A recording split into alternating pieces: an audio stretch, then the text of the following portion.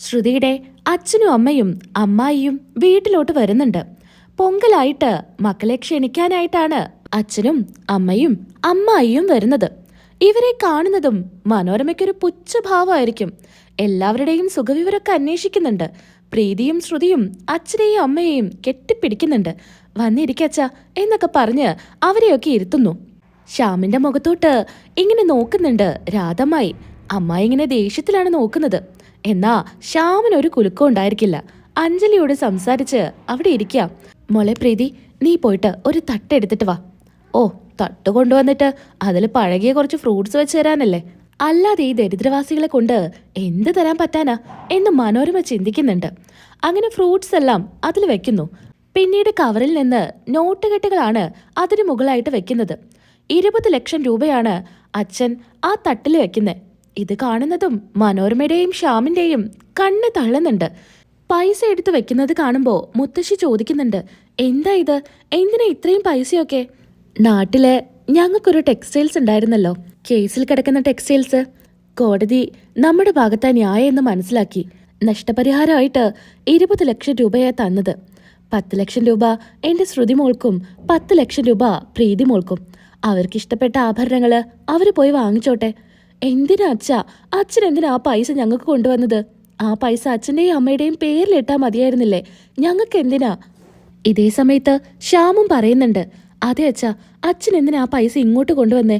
അത് അച്ഛനുള്ളതാ. അച്ഛൻ അത്രയും പ്രിയപ്പെട്ടതായിരുന്നില്ലേ ആ ടെക്സ്റ്റൈൽസ്? ഇനി അയാളുടെ കയ്യിൽ നിന്ന് അതേ ടെക്സ്റ്റൈൽസ് വേണമെങ്കിൽ നമുക്ക് വാങ്ങിക്കാം. അച്ഛൻ എന്തിനാ ഇപ്പോ ആ പൈസ കൊണ്ട് ഇങ്ങോട്ട് വന്നത്? മോനെ, അതൊന്നും കുഴപ്പമില്ല. ഈ പൈസ എൻ്റെ മക്കൾക്കുള്ളതാ. അത് അവർക്ക് കൊടുക്കാനാ എനിക്ക് താല്പര്യം. രാധമായി പറയുന്നുണ്ട്. അതെ അശ്വിൻ, ഏട്ടന് വലിയ ആഗ്രഹമായിരുന്നു പൊങ്കലിന് ക്ഷണിക്കാൻ വരുമ്പോൾ ഇതുപോലെ എന്തെങ്കിലും തരണമെന്ന്. ഒരുപാട് ആഗ്രഹത്തോടു കൂടിയാ ഇത് കൊണ്ടു തന്നത്. അത് വേണ്ടാന്ന് പറയരുത്. ഈ സമയത്ത് ആകാശം പറയുന്നുണ്ട്, എന്തിനാ ആ പൈസ വേണ്ട, ഇതേ ആ കവറിൽ തന്നെ ഇട്ടേക്ക്. എന്നാ മനോരമ ഇതെല്ലാം കണ്ട് പറയുന്നുണ്ട്, അല്ലെങ്കിലും ഇതെന്തിനാ നമ്മൾ വാങ്ങിക്കാതിരിക്കുന്നേ? ഇയാളുടെ ഹോസ്പിറ്റൽ ചെലവെല്ലാം നോക്കിയത് അശ്വിനായിരുന്നില്ലേ? അപ്പൊ പിന്നെ അശ്വിൻ ഇത് വാങ്ങിക്കുന്നതില് ഒരു തെറ്റുണ്ടെന്ന് എനിക്ക് തോന്നുന്നില്ല. ആന്റി, അതിനാ പൈസ. അപ്പോഴേക്കും ശ്രുതി പറയുന്നുണ്ട്, അതിനെ ഞാൻ ആ പൈസ തിരികെ കൊടുത്തോളാം. എൻ്റെ അച്ഛന് ചെലവാക്കിയത് കൊടുക്കാനേ എനിക്കറിയാം എന്ന് ശ്രുതി പറയുന്നുണ്ട്. മുത്തശ്ശി അതുപോലെ അവരെ പറഞ്ഞ് മനസ്സിലാക്കുന്നുണ്ട്.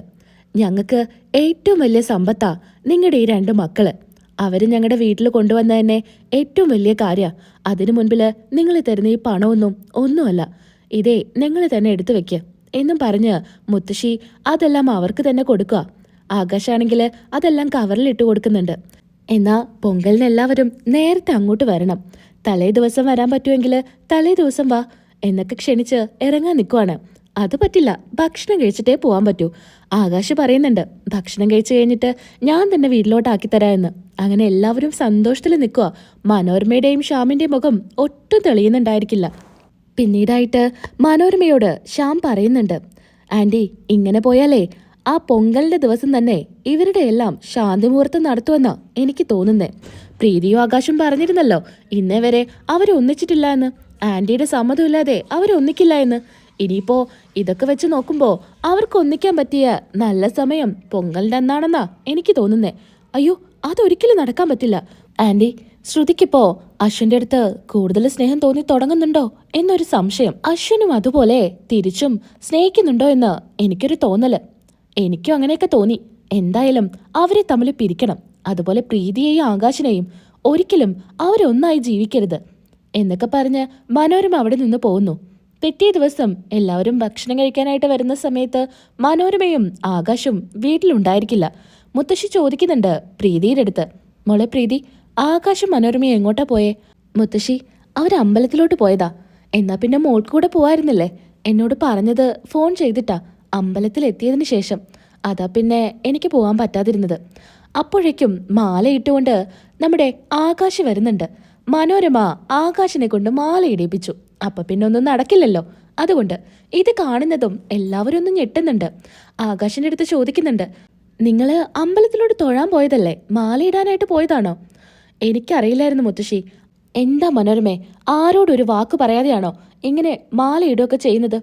അത് എനിക്കും അറിയില്ലായിരുന്നു അമ്മേ. അവിടെ ചെന്ന സമയത്ത് എല്ലാവരും പ്രാർത്ഥിക്കുകയായിരുന്നു.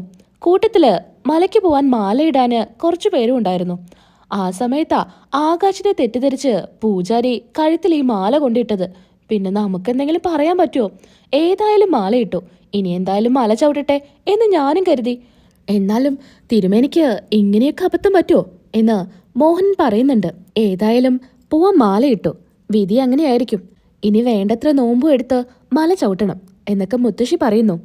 മോളെ പ്രീതി, എല്ലാ കാര്യങ്ങളും മോള് തന്നെ നോക്കണം. എന്നെക്കാൾ നന്നായിട്ട് ശ്രുതിക്കാ അക്കാര്യങ്ങളൊക്കെ അറിയാ മുത്തശ്ശി. അവള് അച്ഛൻ്റെ കൂടെ ഒരുപാട് തവണ ചെറുപ്പത്തില് മല ചവിട്ടാൻ പോയിട്ടുണ്ട്. അവൾക്കറിയാത്തായിട്ട് ഒന്നുമില്ല എന്ന് പ്രീതി പറയുന്നുണ്ട്. എല്ലാ ആകാശ് സാറിനെ ഞാൻ പറഞ്ഞുതരാം എങ്ങനെയൊക്കെയാണെന്നൊക്കെ. അങ്ങനെ എല്ലാവരും ഭക്ഷണം കഴിക്കാനായിട്ട് പോവാം. എന്നാ ശ്യാം മനോരമയോട് ചോദിക്കുന്നുണ്ട്, ഇതിപ്പോ എന്താ സംഭവിച്ചേ? സത്യത്തില് അബദ്ധത്തില് കഴുത്തില് മാല ഇട്ടത് തന്നെയാണോ? അതേടാ, സത്യമായിട്ടും ഞാൻ തിരുമേനയുടെ കാലിലങ്ങ് വീണ് അങ്ങ് കരഞ്ഞു പറഞ്ഞു ഇങ്ങനൊരു കാര്യം ചെയ്യണമെന്ന്. എൻ്റെ മോനെ വിശ്വാസക്കുറവുണ്ട്, അതൊന്ന് മാറാനാണെന്നാ പറഞ്ഞത്. എൻ്റെ സങ്കടം കണ്ട് അയാൾ അങ്ങനെ ചെയ്തതാ. എന്നാ പിന്നെ ആന്റിക്ക് ആ അശ്വിനെ കൂടെ കൊണ്ടുപോയിരുന്നില്ലേ? ഇതുപോലെ അവന്റെ കഴുത്തിലും ഒരു മാല അണിയിക്കായിരുന്നു. എന്നാ പിന്നെ എനിക്ക് ടെൻഷനില്ലായിരുന്നു. ഇപ്പൊ എനിക്ക് പേടിയേ ആകാശിനെയും പ്രീതിയെയാ. അശ്വനും ശ്രുതിയും അടുക്കുമെന്ന് എനിക്ക് തോന്നുന്നില്ല. അതുകൊണ്ടേ അവരുടെ കാര്യം പിന്നെ നോക്കാം എന്നും പറഞ്ഞ് മനോരമ പോകുന്നു. ശ്രുതിയും അശ്വിനും കൂടെ കാറിൽ വരുന്ന സമയത്ത് കുറച്ച് ഗുണ്ടകളൊക്കെ ചേർന്ന് അശ്വിനെ ആക്രമിക്കുന്നുണ്ട്.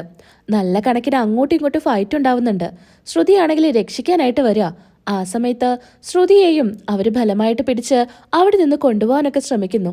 തക്ക സമയത്ത് പോലീസുകാരുടെ വണ്ടി വരുന്നതോടുകൂടി അവരെല്ലാം അവിടെ നിന്ന് ഓടാം.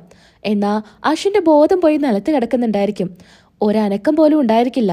ശ്വാസവും നിലച്ച മട്ടിലാണ് അശ്വിൻ കിടക്കുന്നത്.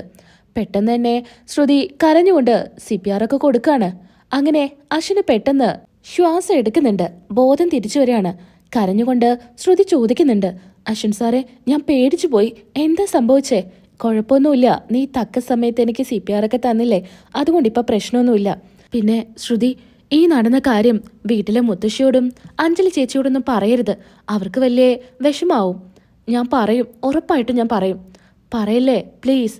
പറയണ്ടെങ്കിൽ ഞാൻ പറയുന്ന കാര്യങ്ങളെല്ലാം ഒരു ദിവസം അശ്വിൻ സാറ് കേൾക്കണം. അത് പറ്റുമോ? ശരി, ഞാൻ കേൾക്കാം. എന്താ ഇപ്പേ കേൾക്കുന്നേ? കേൾക്കാന്നോ? ഇങ്ങനെയൊന്നും പറഞ്ഞാല് കേൾക്കാത്ത ആളാണല്ലോ. ഇപ്പം എനിക്ക് അങ്ങനെ തോന്നി. നീ പറയുന്നൊക്കെ ഞാൻ കേട്ടോളാം. അപ്പം നാളെ ഞാൻ പറയുന്ന കാര്യങ്ങളെല്ലാം അശ്വിൻ സാറ് കേൾക്കണം. അങ്ങനെ പിറ്റേ ദിവസം രാവിലെ തന്നെ നേരത്തെ എണീപ്പിച്ച് അശ്വിനെ കുളിക്കാനൊക്കെ പറഞ്ഞു വിടുന്നുണ്ട്. കുളി കഴിഞ്ഞ് അശ്വിനെ കൃഷ്ണന്റെ വേഷത്തിൽ ഒരുക്കി എല്ലാവരുടെയും മുൻപിൽ കൊണ്ടു നിർത്തുക. മുത്തശ്ശി അശ്വിൻ്റെ അടുത്ത് പറയുന്നുണ്ട്, ഞാൻ എന്തേ കാണുന്നേ? നീ തന്നെയാണോ ഇത്? സാക്ഷാൽ കൃഷ്ണനെ പോലെ തന്നെയുണ്ട് എന്നൊക്കെ പറഞ്ഞ് തൊഴുതു നിൽക്കുന്നുണ്ട് മുത്തശ്ശി. പിന്നീട് പൊങ്കലിന് ശ്രുതിയുടെ വീട്ടിലോട്ട് പോകുന്നുണ്ട്. അഞ്ജലി മാത്രം ഉണ്ടായിരിക്കില്ല. അഞ്ജലിക്ക് നല്ല തണുത്ത ജ്യൂസൊക്കെ കൊടുത്ത് ഒരു കോൾഡ് വരുത്തിയിട്ട് അഞ്ജലി കാരണം ഈ ഫംഗ്ഷന് പോവാതിരിക്കാം എന്ന് കരുതിയാണ് ശ്യാം ഇരുന്നിരുന്നത്. എന്നാൽ അഞ്ജലി പറയുന്നുണ്ട്, നിങ്ങൾ എന്തായാലും പോണം, എനിക്കൊരു കുഴപ്പമില്ല, ഞാനിവിടെ റെസ്റ്റ് എടുത്തോളാം എന്നും പറഞ്ഞ് ശ്രുതിയെയും അശ്വിനെയും മുത്തശ്ശിയെയും ആകാശിനെയും പ്രീതിയെയും ഒക്കെ പറഞ്ഞു വിടുന്നുണ്ട്. അവിടെ എത്തുന്ന സമയത്ത് ശ്രുതി എല്ലാവർക്കുള്ള ചായ ഇടുമായിരിക്കും. എല്ലാവരും അവിടെ ഇരുന്ന് സംസാരിക്കുക. ശ്രുതി തനിയാണ് അടുക്കളയിലെ എന്നറിഞ്ഞ ശ്യാം എങ്ങനെയെങ്കിലും എന്തെങ്കിലും കാരണം പറഞ്ഞ് ശ്രുതിയുടെ അടുത്തോട്ട് പോകണമെന്നാവും. അങ്ങനെ ഒന്ന് ബാത്റൂമിലോട്ട് പോയി വരാമെന്നും പറഞ്ഞ് ശ്യാം അവിടുന്ന് എഴുന്നേറ്റ് പോകുന്നുണ്ട്. എല്ലാവരും വലിയ സന്തോഷത്തില് സംസാരിച്ചിരിക്കുമ്പോൾ ശ്യാം അവിടുന്ന് പോകുന്നതും ഒന്നും ആരും ശ്രദ്ധിക്കുന്നുണ്ടായിരിക്കില്ല.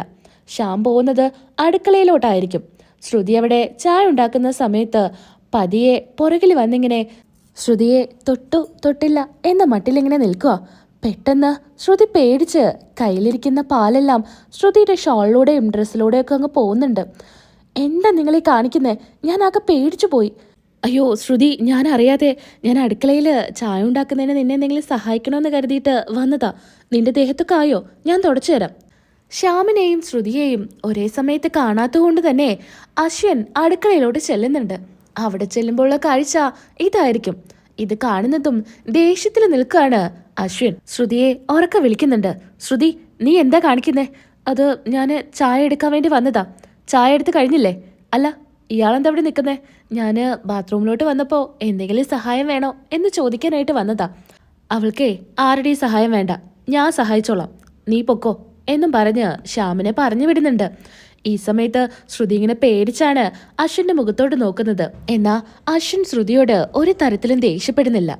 കാരണം അശ്വിന് ഏറെക്കുറെ കാര്യങ്ങളെല്ലാം മനസ്സിലായിട്ടുണ്ട്. ശ്യാം തന്നെയാണ് എല്ലാറ്റിനും പുറകില്. ശ്രുതി പാവാണെന്ന് അശ്വിന് മനസ്സിലാവുകയാണ്.